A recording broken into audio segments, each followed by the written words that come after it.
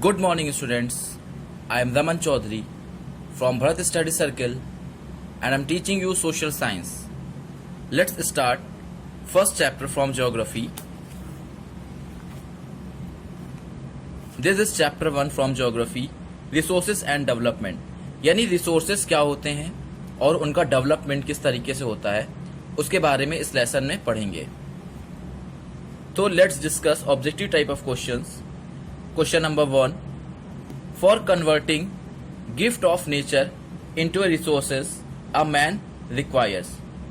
यानी नेचर के जो गिफ्ट्स होते हैं उसको रिसोर्सेज में कन्वर्ट करने के लिए एक मनुष्य को किन चीज़ों की ज़रूरत होती है. यानी नेचुरल जो गिफ्ट होते हैं उसको रिसोर्स में कन्वर्ट करने के लिए एक मनुष्य को किस चीज़ की ज़रूरत होती है. तो उसके लिए मनुष्य में स्किल्स होनी चाहिए और टेक्नोलॉजी होनी चाहिए. यानी योग्यता हो और उसमें टेक्नोलॉजी भी हो. Question number 2. Laterite soil is formed by the process of. Laterite soil जो होती है वो किस प्रोसेस से बनती है. तो वो लीचिंग प्रोसेस से बनती है. Question number 3. Which type of resources is solar energy. Solar energy जो है वो किस तरीके का रिसोर्स है. तो ये नॉन एग्जॉस्टेबल रिसोर्स है. Question number 4. गुली erosion of soil is mainly caused by. Soil का जो गुली इरोजन होता है वो किस कारण से होता है. तो वो stems formed by rain water. यानी वर्षा के पानी के गिरने से जो धारा बहती है उससे गुली इरोजन होता है.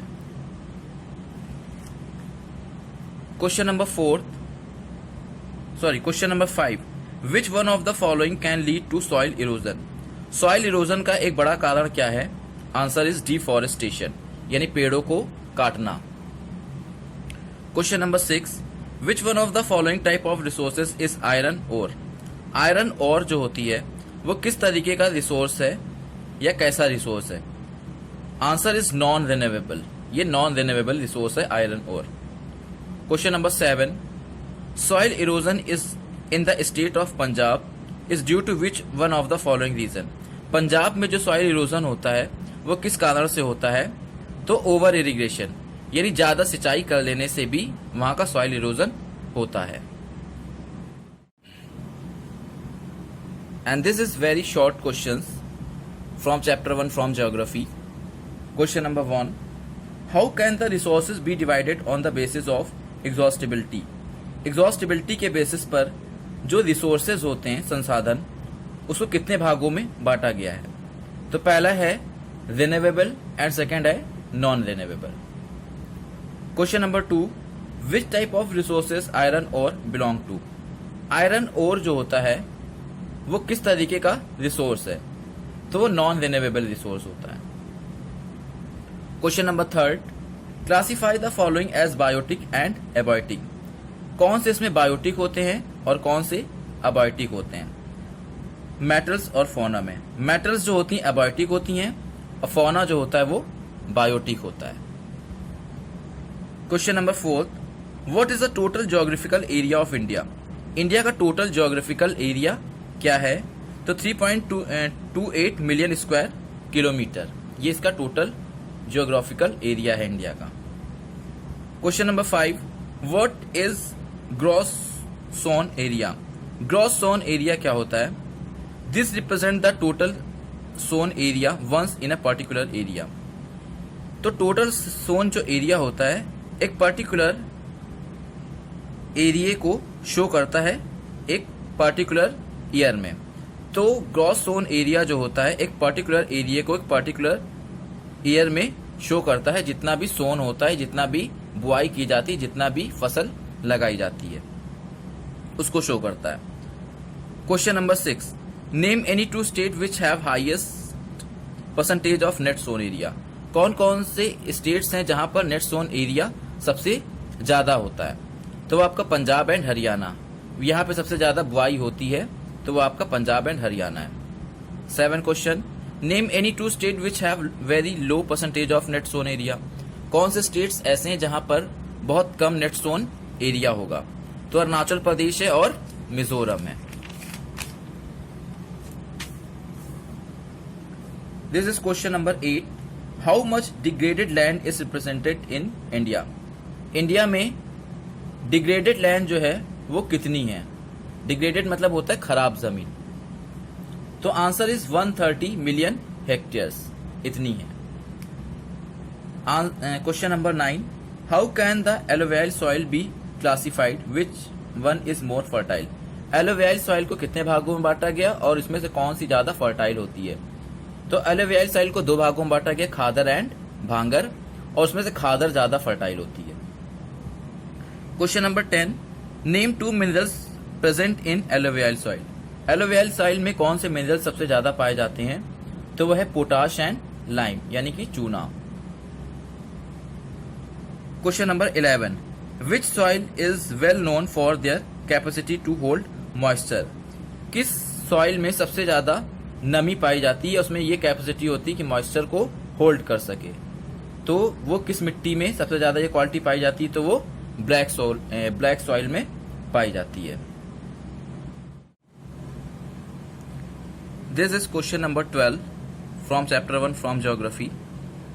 Name the soil which develops on crystalline igneous rock. कौन सी मिट्टी जो होती है वो इग्नियस रॉक के क्रिस्टल से बनती है। तो आपका है रेड सॉइल। रेड सॉइल जो होती है इग्नियस रॉक के टूटने से या उसके क्रिस्टलाइजेशन से बनती है। Question number 13, which state has the mostly laterite soil.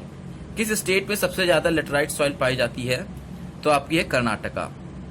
Question number 14, name any 2 crops associated with laterite soil. यानी कि कौन सी क्रॉप्स जो हैं वो लेटराइट सॉइल में सबसे ज्यादा उगाई जा सकती हैं, या लेटराइट सॉइल किस क्रॉप से रिलेटेड है। आंसर है T and coffee. T and coffee laterite soil में उगाई जाती है। Question number 15, what is sheet erosion. Sheet erosion क्या होता है। When the top layer of the soil is removed by running water is called sheet erosion. यानी कि जब मिट्टी की ऊपर की परत जो होती है वो लगातार पानी के गिरने से, पानी के बहने से हट जाती है, तो उसको हम लोग शीट इरोजन के नाम से जानते हैं। This is question number 16, what is wind erosion. Wind erosion क्या होता है। When wind blows loose soil of flat और sloping land, this is known as wind erosion. जब हवा चलती है तो ढलानी एरियो की मिट्टी जो होती है वो उड़ करके चली जाती है, इसी को हम कहते हैं wind erosion. What is contour plugging. Contour plugging क्या होती है। Plugging along a contour line is called contour plugging. यानी कि ऐसे लाइनें बना करके उसमें जब पेड़ ऐसे ऐसे लगाए जाते हैं लाइनिंग करके, तो उसको हम लोग कंटूर प्लगिंग के नाम से जानते हैं। Question number 18, what is net sown area.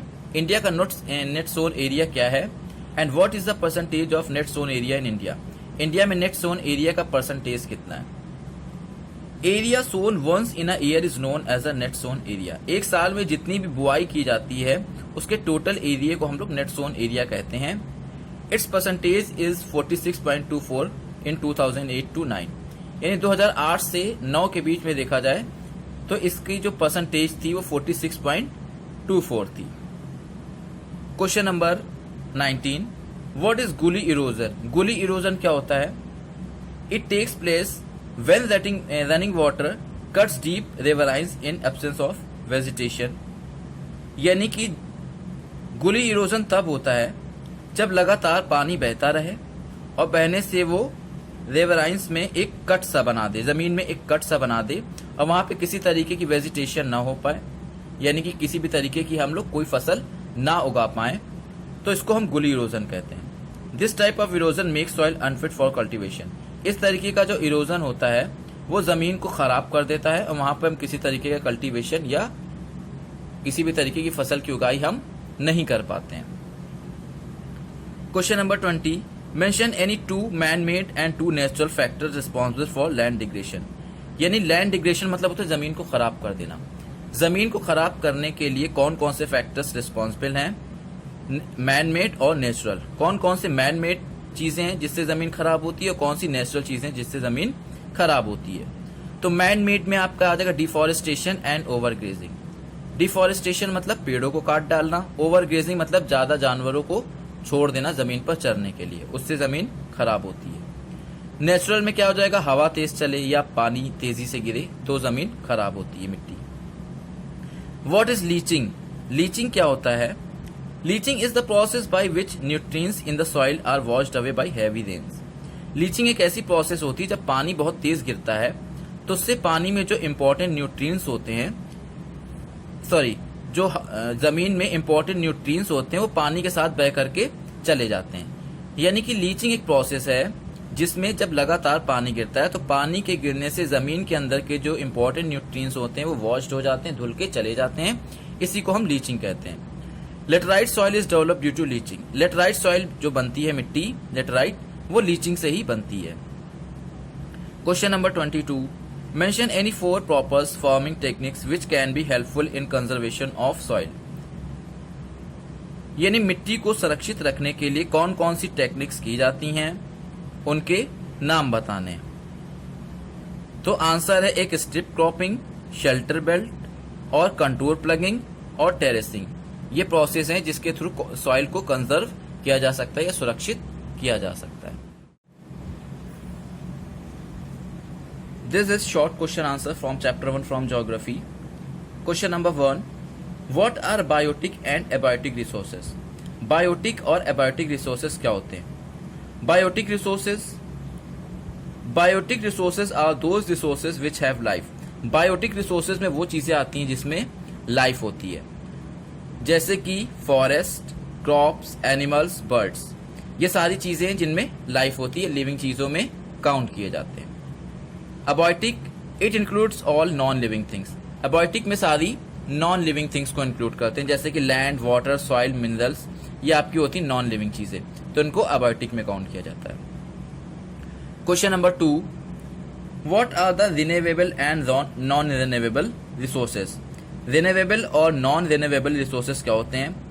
तो renewable resources, these are those resources which can be reproduced by physical, mechanical और केमिकल प्रोसेस। रिन्यूएबल रिसोर्सेज वो रिसोर्सेज होते हैं जिनको फिजिकल, मैकेनिकल और केमिकल प्रोसेस के द्वारा फिर से बनाया जा सकता है, उनको फिर से रिप्रोड्यूस किया जा सकता है। जैसे कि solar energy, forest, agriculture products, इनको मशीन या केमिकल या फिजिकल प्रोसेस से फिर से बनाया जा सकता है, तो वो रिन्यूएबल रिसोर्सेज होते हैं। Non renewable resources, these are those resources which once used can not be replenished. यानी ऐसे रिसोर्सेज जो एक बार यूज हो जाते हैं दोबारा उनको फिर से मंगाया नहीं जा सकता, उनको फिर से नहीं बनाया जा सकता है, तो आपके नॉन रिन्यूएबल होते हैं। जैसे कि कोयल, पेट्रोलियम, मिनरल्स लाइक आयरन और कॉपर और it's extra. Question number 3, explain the factors responsible for the formation of soil. कौन कौन से फैक्टर्स जो हैं वो सॉइल के फॉर्मेशन में अपनी भूमिका अदा करते हैं, या कौन कौन सी चीजें मिट्टी के बनने में अपना रोल अदा करती हैं? तो answer relief, parent rock, bed rock, climate, vegetation, ये सब इंपॉर्टेंट फैक्टर्स हैं सॉइल के फॉर्मेशन में। Point 2, various forces of nature such as change in temperature, running water, wind and glaciers contribute to the formation of soil. इसके अलावा बहुत से natural sources हैं, जैसे कि टेम्परेचर में चेंज हो जाना, लगातार पानी का गिरते रहना, हवा चलना, ग्लेशियर्स का पिघलना, ये सब पे भी मिट्टी के बनने में बहुत रोल अदा होता है। ये भी अपना इंपॉर्टेंट रोल अदा करते हैं मिट्टी के बनने में। Question number 4, what is soil erosion? Soil erosion क्या होता है? Name the states which have been affected by soil erosion. Soil erosion क्या है, कौन कौन से स्टेट उससे ज्यादा प्रभावित हैं? The removal of soil by the force of nature, particularly by wind and water is called soil erosion। तो मिट्टी का हट जाना लगातार हवा के चलने से या पानी के गिरने से मिट्टी की ऊपरी परत का हट जाना, इसी को हम लोग सॉइल इरोजन के नाम से जानते हैं। सॉइल इरोजन सबसे ज्यादा जो होता है वो उत्तर प्रदेश, मध्य प्रदेश और बिहार, राजस्थान में होता है। Question number 5, what is the main cause of land degradation?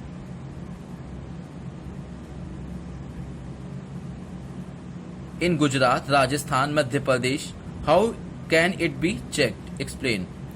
यानी लैंड डिग्रेडेशन जो होता है उसके कौन कौन से कारण हैं, या जमीन के खराब होने के कौन कौन से कारण हैं, राजस्थान, गुजरात और मध्य प्रदेश में। How can it be checked, और इसको कैसे रोका जा सकता है, उसके कारण बताइए। Answer, large scale over grazing has caused land degradation. बड़ी मात्रा में जो हम लोग जानवरों को छोड़ देते हैं चरने के लिए, इससे लैंड डिग्रेडेशन सबसे ज्यादा होता है। मेजर्स टू चेक, उसको कैसे रोका जा सकता है। Afforestation and proper management of grazing, सबसे ज्यादा तो एफॉरेस्टेशन हम लोग करें, पेड़ लगाएं ज्यादा से ज्यादा, और इसके अलावा जो ग्रेजिंग होती है जानवरों को चरने के लिए, उसको प्रॉपर मैनेजमेंट किया जाए। कंट्रोल ऑन ओवर ग्रेजिंग, ज्यादा जानवरों को चरने के लिए जमीन पर ना छोड़ा जाए। Point third, stabilization of sand dunes by growing thorny bushes. बड़े बड़े जो होते हैं ड्यून्स बनाए जाने चाहिए मिट्टी के स्टेबलाइजेशन के लिए। And this is long question from chapter 1। Question number 1, what is soil erosion. Soil erosion क्या होता है। Explain the major types of soil erosion prevailing in India. India में जो सॉइल इरोजन होता है वो कितने तरीके का होता है मेनली। तो answer, soil erosion is the removal of soil by the force of nature like wind and water. Soil erosion जो होता है वो नेचर की कोई चीजें जैसे कि हवा और पानी के गिरने से मिट्टी की परत का हटना, ये सॉइल इरोजन कहलाता है। Generally there is a balance between the soil formation process and the erosional process. Mainly ये देखा जाता है कि मिट्टी का बनने की प्रोसेस और मिट्टी के हटने की प्रोसेस में एक बैलेंस पाया जाता है। Types of erosion. इरोजन कितने तरीके के होते हैं, ये दो तरीके के, वाटर इरोजन एक है wind erosion. Water erosion, water is powerful agent of soil erosion. Water जो होता है सबसे पावरफुल एजेंट है सॉइल इरोजन का। Following are the major types of erosion caused by water. Water से निम्न तरीके से आपके इरोजन होते हैं। एक होता है वाटर से शीट इरोजन और दूसरा होता है आपका गुली इरोजन।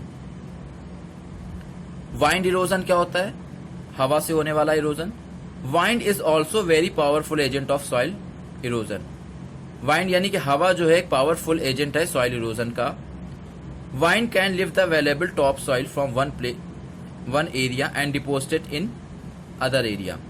हवा चलने से मिट्टी की जो टॉप की सॉइल होती है, ऊपर की मिट्टी जो होती है, वो उड़कर के एक एरिया से दूसरी जगह जाकर जमा हो जाती है। The wind erosion is very dangerous type of erosion. Wind erosion जो होता है बहुत ही खतरनाक होता है, बिकॉज क्योंकि due to wind most of the desert of the world are expanding. Wind erosion के कारण वर्ल्ड के ज्यादातर रेगिस्तानों का प्रसार हो रहा है या ज्यादातर रेगिस्तान बढ़ रहे हैं।